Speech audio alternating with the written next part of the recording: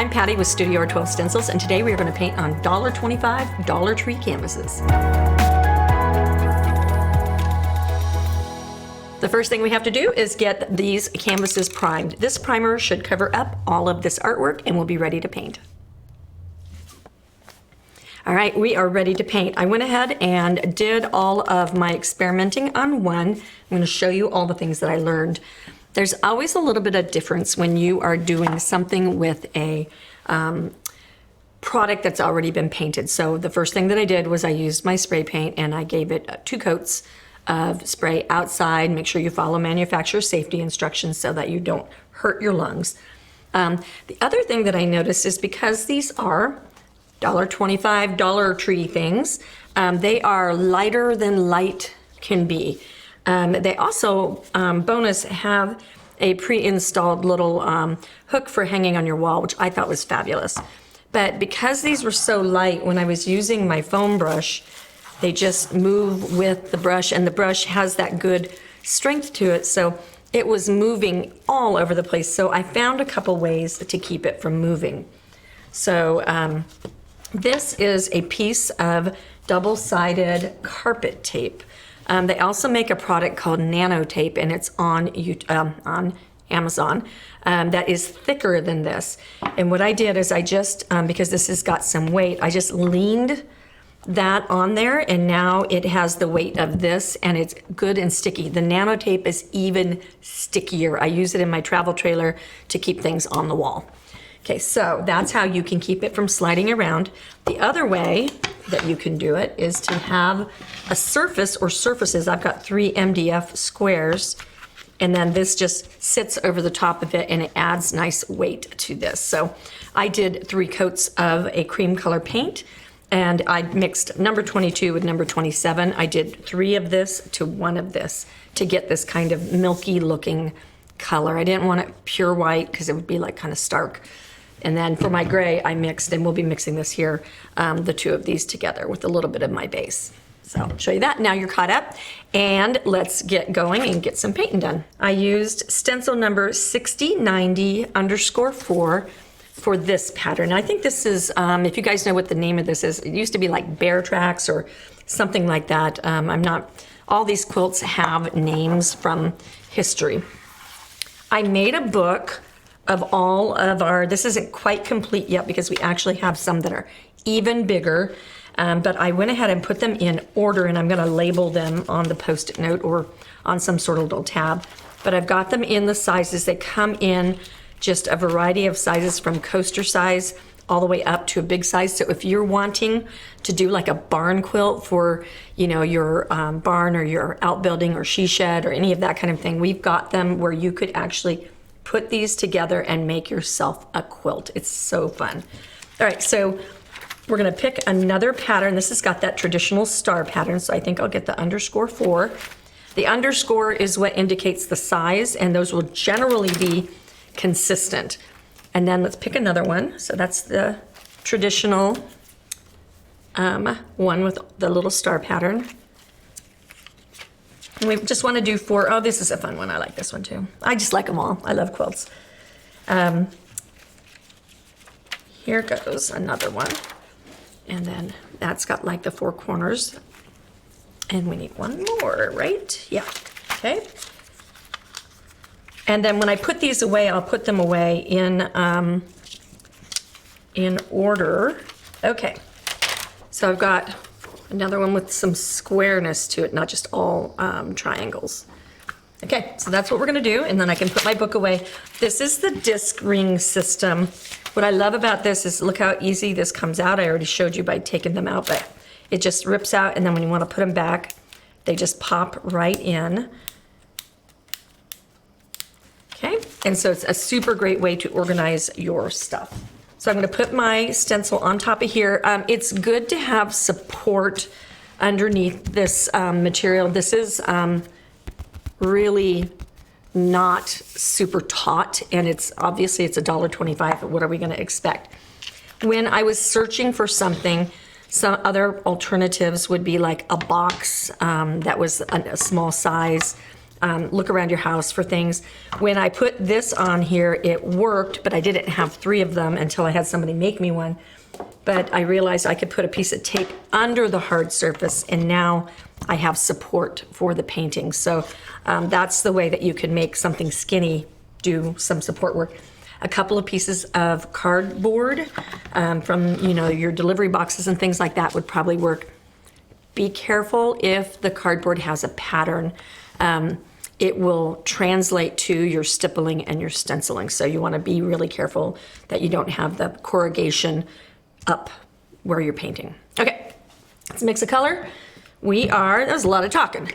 Gonna put out our paint. When you use your paint, don't put out a lot. You can always put out more, and then you don't waste as much. It's just a nice way to save money. So I'm gonna put out 3 to 1 approximately. The way we used to do this back when I was doing a lot of art projects is we would call these chocolate chips, and so I'm going to show you that system. If you pretend like that's a chocolate chip and I was making something small, I would put out 3 chocolate chips as a measuring tool, basically evenly to my 1 chocolate chip. And then I would mix that pile together, and then if I needed an extra chocolate chip, then I could just add it.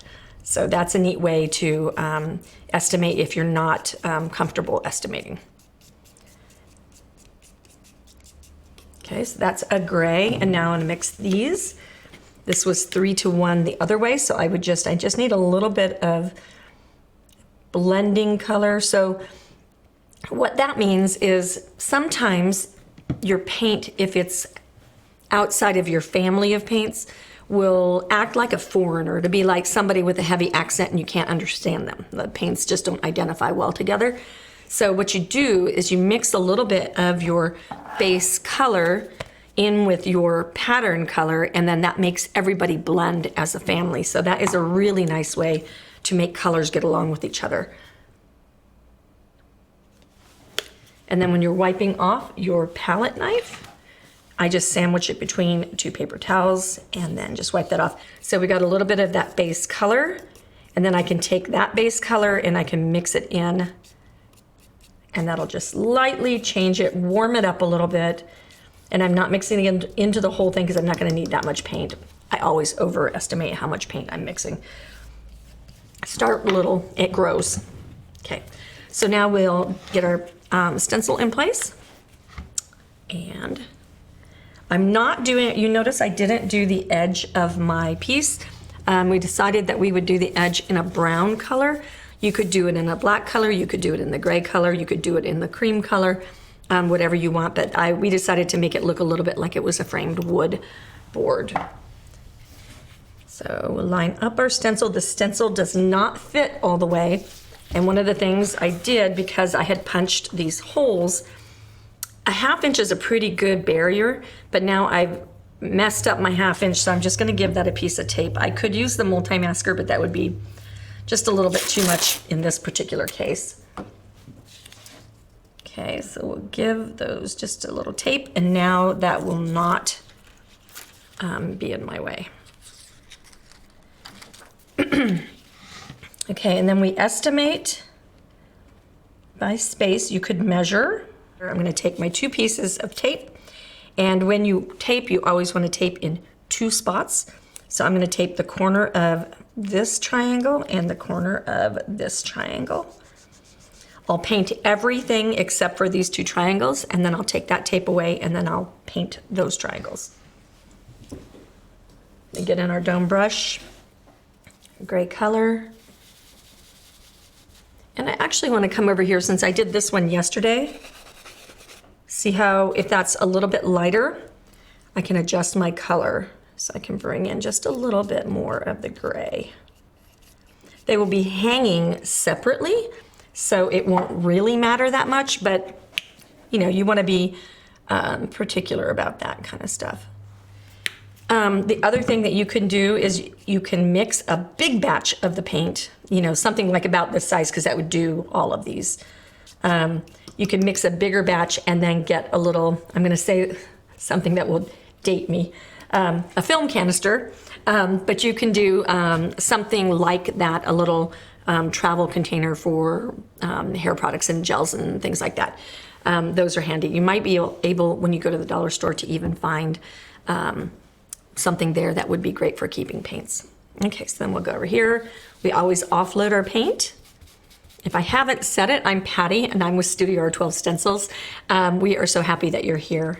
Make sure that you like and subscribe and do all that stuff so that you can see more content in the future. All right, so we're gonna hold down our stencil, give it some support over here, and then I'm going to just swirl my colors on. And then I'll hold it over here as I get over there. I really am spoiled with our stencils because we always cut boards the size of our stencils. But I think this is really good for you guys to see how you handle it when you have to do something that's not the same size. When you have something long and skinny, you go along the shape of it. These are our dome brushes. They are made with a very rough fiber. And sometimes those fibers, they are glued all, let me show you that. So what they do when they make these is they have all these hairs lined up together in like a tube. I think they actually go in a tube, and then they dip the whole base of this in this glue, and then it gets popped into the ferrule. Well, what happens is some of these inside of this obviously don't get to touch the glue, or they don't get to touch enough of the glue. These are also crimped onto there, so they're held, they have support. But that's how come some of your fibers will fall out, and you just brush them away, and it is completely normal and completely not a problem. Okay, so then we go continuing on. Offload your paint. Always offload every load.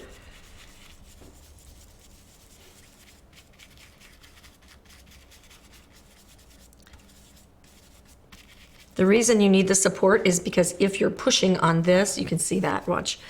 If you're pushing on this, you can see that flex. It's really hard to get good pressure on your brush. I love the swirling technique because look how fast this gets us through. By swirling, you also are getting a quick drying product. So that means my paint is going to be dry by the time I move around to here. And that means I can get the second coat done in no time at all. And I'm not wanting to hurry. I'm just wanting to expedite. You know, I want to get it done. I want to be finished so that I can do the next one.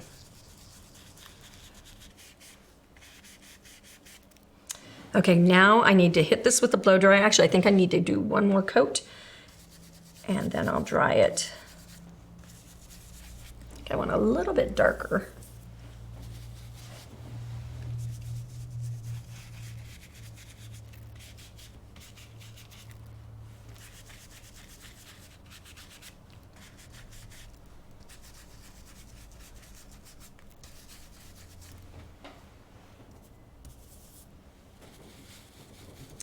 What I'm doing just there is called brush mixing, and that's a really nice way to adjust colors if you think you need it.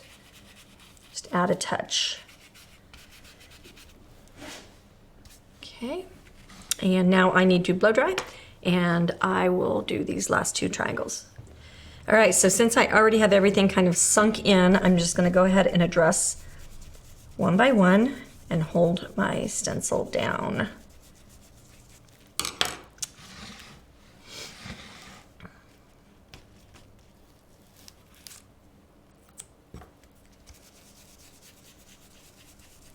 When you have paint on your stencil, it tends to like grip to the surface.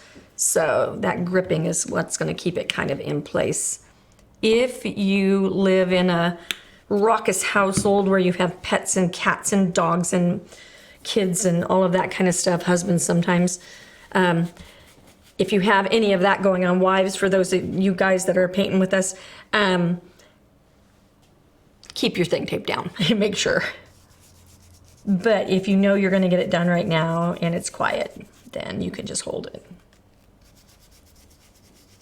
Sometimes your tape can lift fresh paint. Okay, so I'm going to take a little peek.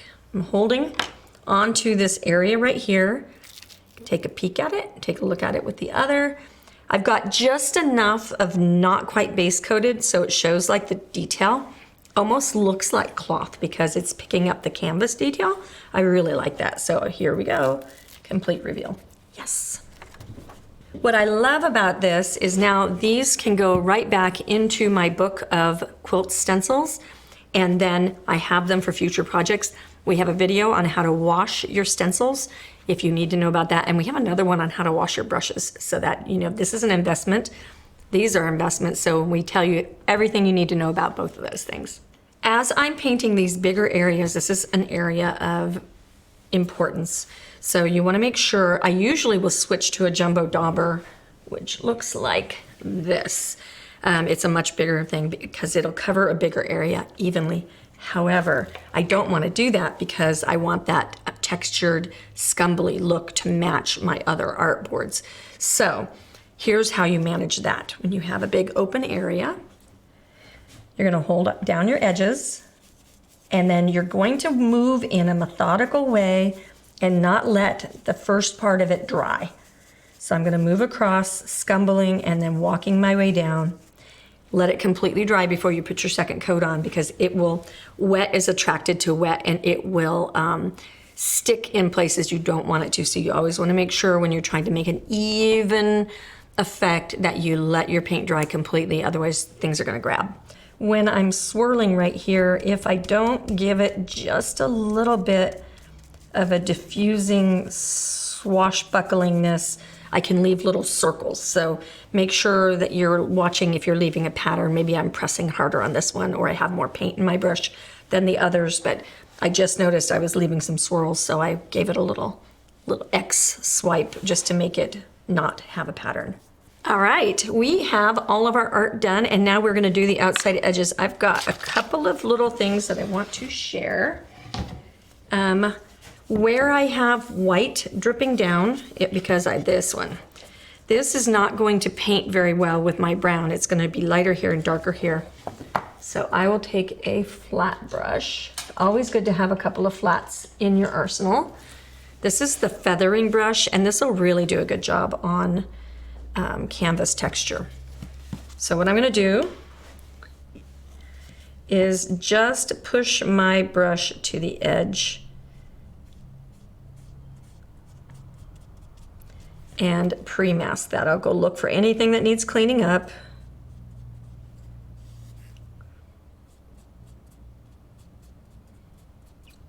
This is a really short flat brush, and that means it has good control.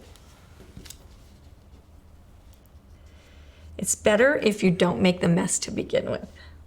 Notice I'm anchoring with my pinky that will hold my hand steady. Pinky is a phenomenal kickstand for painting. So just addressing what we're seeing right here, right now, I want to point out that one of the reasons you watch videos like this, I'm a new gardener and I watch a lot of gardening videos, is to see what you shouldn't do. So I will always share in my videos what not to do. So when you are painting over this canvas, be really careful so you don't have to go back and fix anything. So that's one of the things I love about having a video, is it will show you, oh, don't do this, or this made it easier. I didn't think I'd have a hard time holding the boards down or the canvas down. That was a big pain in the tail, you know, so it's nice to have those helpful hints, and then we're always going to share that with you. So one thing that you're seeing is you're seeing me smoosh my paintbrush all the way to the edge, and then you're seeing me wipe back that little edge. That way it doesn't wrap around the front, or if it does, it'll be really easy to patch. Now we're ready to paint our wood color on the outside. If you wanted to leave them gray, this is where you do that. If I was trying to base coat them, I'm going to use this ink sweeper. It is also domed, just like our brushes, in all the directions, so it doesn't leave bleed under and stuff. You can stencil with these as well. They also allow you can put 3 fingers in here. It's a very comfortable way to paint. If I want to isolate just that tip, it allows me to have some really good control when I need something like that. So it's a nice tool. They're super washable. We sink ours in our water basin by putting the back end of one of our other brushes in it to hold it down so that they don't float upside right and get dry.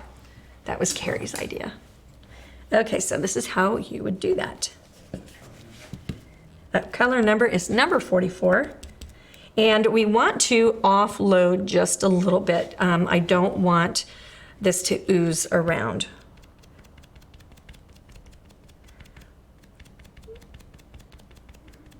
Straight, and then I give it a little swipey poo with my finger just to keep things nice and even.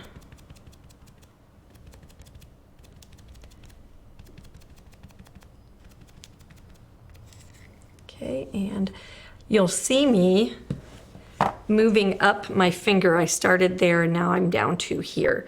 So I want a clean swath for each swipe that I take, or a dry swath.